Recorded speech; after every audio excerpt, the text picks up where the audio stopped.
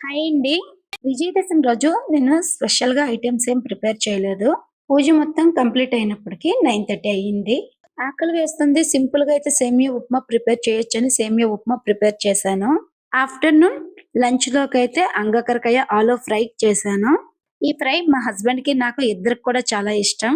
రసం ప్రిపేర్ చేశాను. ఇదైతే నా చిన్న కొడుకు ఫుడ్డు. వీడికి స్పెషల్‌గా పప్పు, రైస్ కలిపి పెడతాను. సలాడ్ ప్రిపేర్ చేశాను. ఈ సలాడ్‌లో ఆనియన్స్ వేయలేదు. మా హస్బెండ్ వద్దన్నారని వేయడం మానేశాను. ఇంకా వైట్ రైస్ ప్రిపేర్ చేశాను. ఆ రోజు మొత్తం వర్షం పడుతుంది. విజయదశమి ఏం చేయలేదు. మా హస్బెండ్ కూడా ఇంట్లోనే ఉన్నారని ఈవినింగ్ పకోడీ చేశాను. నేను పకోడీకి పిండి ఎప్పుడు కూడా చాలా థిక్‌గా కలుపుతాను.